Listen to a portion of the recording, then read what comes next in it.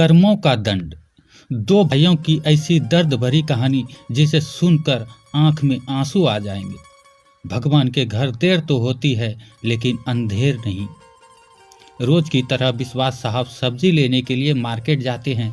वह दुकान पर सब्जी ले ही रहे होते हैं कि तभी पीछे से एक भिखारी की आवाज आती है, बाबा, भगवान के नाम पर कुछ दे दो बाबा, मैंने 2 दिनों से कुछ नहीं खाया है।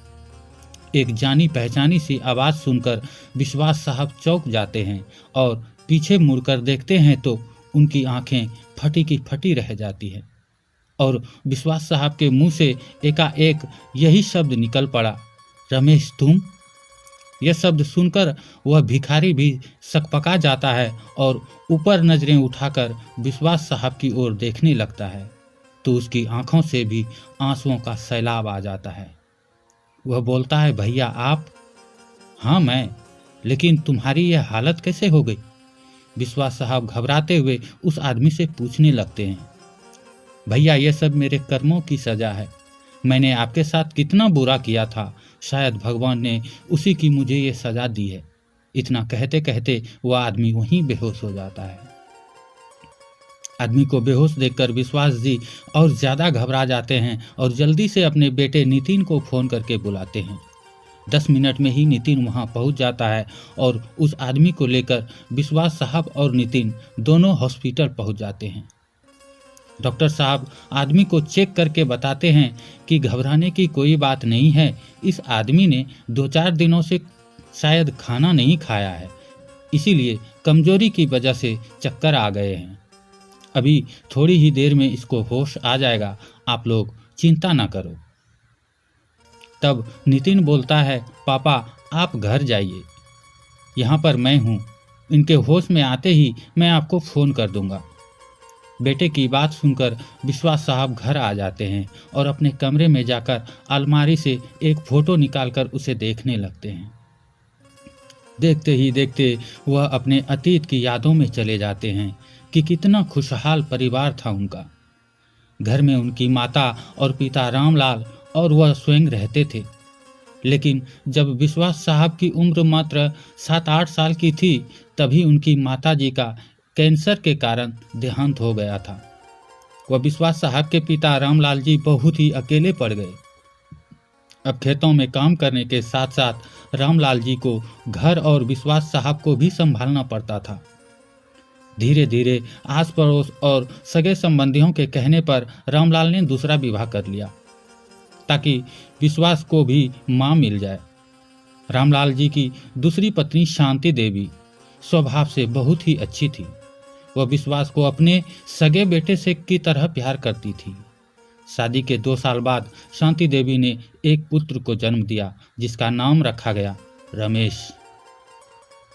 शांति देवी के दोनों पुत्रों को एक समान प्यार करती थी, लेकिन जब रमेश 5 साल का हुआ तो एक बस दुर्घटना में रामलाल जी का देहांत हो गया। अब घर की सारी जिम्मेदारी विश्वास के कंधों पर आ गई थी। विश्वास खुद भी अभी बालक ही था, लेकिन फिर भी उसने हिम्मत नहीं हारी।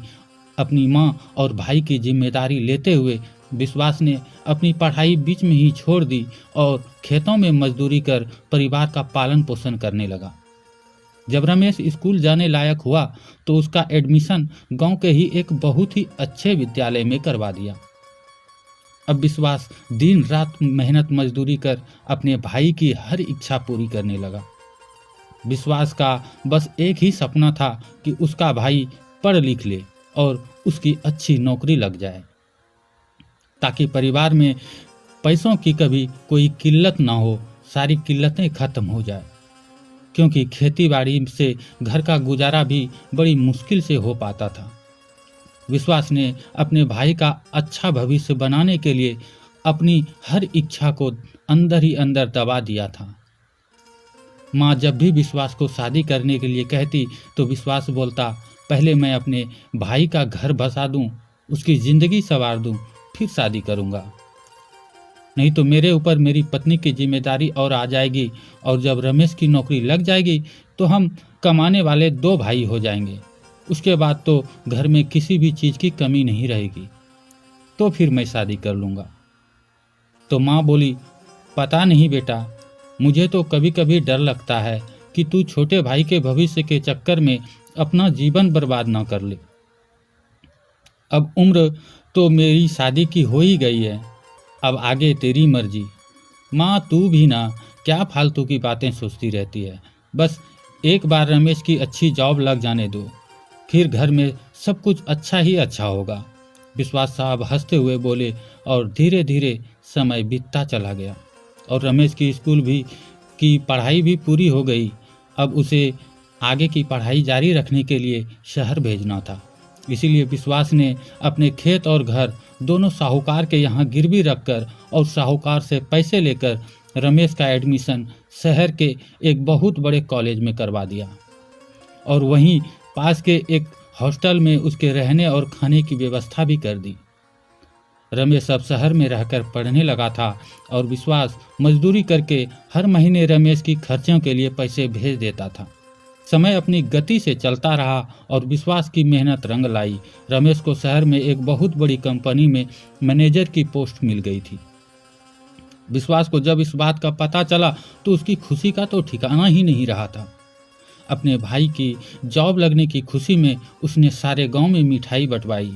शांति देवी भी बहुत खुश थी कि मेरे बड़े बेटे ने इतने सालों की मेहनत आखिर रंग दिखा दी। अब तो सब रमेश के गांव आने का इंतजार कर रहे थे, लेकिन 6 महीने बीत गए, रमेश नहीं आया। फोन करते तो यही कहता, मैं बहुत जल्दी ही लौट कर आऊँगा भैया। इधर गांव में साहूकार रोज विश्वास के घर आकर धमकी देने लगा कि अगर मेरे पैसे नहीं लौटाए तो वह उसके घर और खेतों पर कब्जा कर लेगा। इंतजार करते करते एक दिन विश्वास ने फोन मिलाया और बोला, अरे रमेश, तुम कब गांव आ रहे हो? मैं और माँ तुम्हारा कब से इंतजार कर रहे हैं। साहूकार भी रोज रोज पैसे मांगने आ जाता है। तुम आ जाते तो साहूकार का कर्जा चुका देते। देखिए भैया, आप मुझे बार बार इस तरह फ़ोन मत कीजिए। मेरी शादी मेरी कंपनी के मालिक के बेटी से हो गई है और मैंने उनसे आपके और माँ के बारे में नहीं बताया है। नहीं तो वो क्या सोचेंगे, मैं इतने गरीब परिवार से हूँ। इसीलिए आज से आपका और मेरा कोई संबंध नहीं है। तू कैसी बातें कर रहा है छोटे? मैंने और माँ ने तुम्हारे उज्जवल भविष्य के लिए कितना संघर्ष किया है, क्या तुम्हें नहीं पता है? क्या तुम्हें पता है कि आज तुम क्या कह रहे हो कि हमारा कोई संबंध नहीं है? विश्वास गुस्से में बोला। तो विश्वास की यह बात सुनकर रमेश बोला, तो इसमें कौन सी बड़ी बात है भैया? वह तो हर माँ बाप करते हैं, आपने भी वही किया है। और जहाँ तक नौकरी का सवाल है, वो तो मैंने अपनी मेहनत से पाया है। इसीलिए आइंदा से यहाँ पर फोन मत करना और ना ही आपको कोई भाई है। यह कहते हुए रमेश ने बिना सुने हुए ही फोन काट दिया। भाई की बात सुनकर विश्वास के तो पैरों तले जमीन ही खिसक गई। वह सोचने लगा, जिस भाई के सुनहरे भविष्य की खातिर मैंने आज तक शादी नहीं की, आज उसी भाई ने इतना बड़ा धोखा दे दिया। बेचारी बूढ़ी माँ को जब पता चला तो उसने तो खटिया ही पकड़ ली और कुछ ही दिनों में वह भी अपने बेटे के इंतजार में इस दुनिया से चल बसी। लेकिन बेटा नहीं आया। अब तो विश्वास बिल्कुल अकेले ही पड़ गए थे। उनका ईश्वर पर से भरोसा उठ गया था। उन्हें अपनी जिंदगी बिल्कुल नीरस सी लगने लगी थी। कुछ ही दिनों में साहूकार ने उनके घर और खेतों पर कब्जा भी कर लिया और विश्वास जी अब वृद्ध आश्रम में आकर रहने लगे। लेकिन वृद्ध आश्रम में वो न तो किसी से कोई बात करते और न ही किसी के पास बैठते थे। बस दिन भर एकांत में बैठे रहते, ईश्वर को कोसते रहते थे। अब उनका ईश्वर से विश्वास पूरी तरह से उठ गया था। भाई के धोखे ने उसको अंदर से इतना झकझोर कर रख दिया था। पर कहते हैं ना कि ईश्वर के घर देर है लेकिन अंधेर नहीं। उस अनाथ आश्रम का मैनेजर उनको रोज देखता था और एक दिन उसके पास आकर बोला, अंकल जी, आप बुरा न मानो तो मैं आपको पिताजी बोल सकता हूँ क्या? और मैं आपको अपने घर ले जाना चाहता हूँ। मैनेजर की बात सुनकर विश्वास साहब चौंक पड़े और बोले, बेटा, बच्चे तो माँ बाप का बोझ समझकर अनाथ आश्रम में छोड़ देते हैं और तुम हो कि मुझे अपने घर ले जाना चाहते हो। तब वह मैनेजर बोला, मैंने अपने माता पिता को बचपन में ही खो दिया था। आज मेरे पास सब कुछ तो है, लेकिन माता पिता का प्यार नहीं है। इस प्यार के लिए मैं हमेशा तरसा रहा हूँ, लेकिन पता नहीं जब से आप यहाँ आए हैं मुझे अपने अंदर मेरे पिता की छवि दिखती है। इसीलिए मैं चाहता हूँ कि आप हमारे साथ रहें, ताकि मेरे सर पर पिता की छाँव आ जाए, मेरे बेटे को दादाजी का प्यार मिले। आप आज से ही हमारे घर रहेंगे और मैं कुछ नहीं जानता पिताजी। मैनेजर की वह बात सुनकर विश्वास जी की आंखों से आंसू आ गए। वह मन ही मन सोचने लगे कि ईश्वर, ये तेरी कैसी लीला है। मेरे भाई ने खुद मुझे पराया कर दिया और एक अनजान आदमी मुझे अपना बनाने चला आया। तभी फोन की घंटी बजी और विश्वास साहब अपने अतीत से वापस वर्तमान में आ गए।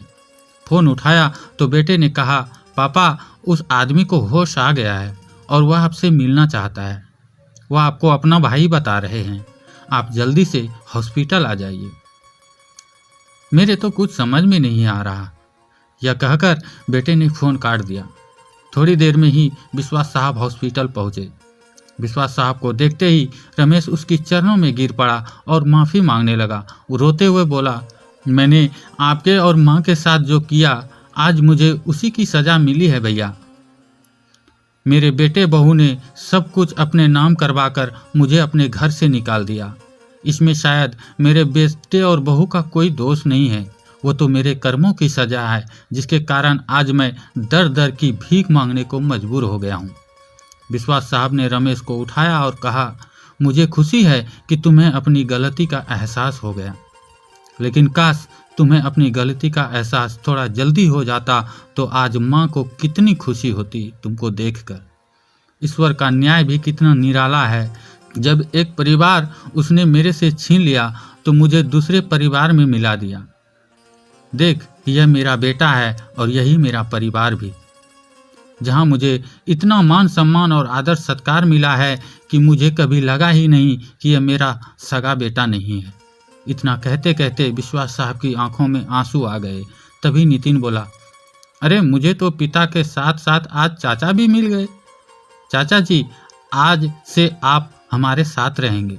विश्वास साहब की आंखों में आज अलग ही चमक थी। जिस ईश्वर से उनका भरोसा पूरी तरह से उठ चुका था, आज उसी ईश्वर पर भरोसा उसका 100 गुना बढ़ चुका था।